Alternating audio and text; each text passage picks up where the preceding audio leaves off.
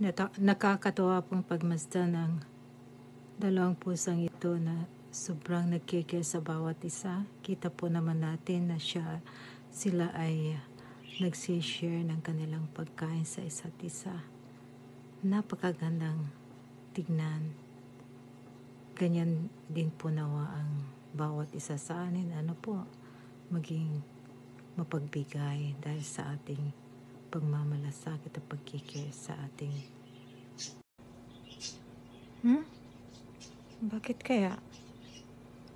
Hindi ko na makita yung aking bakas.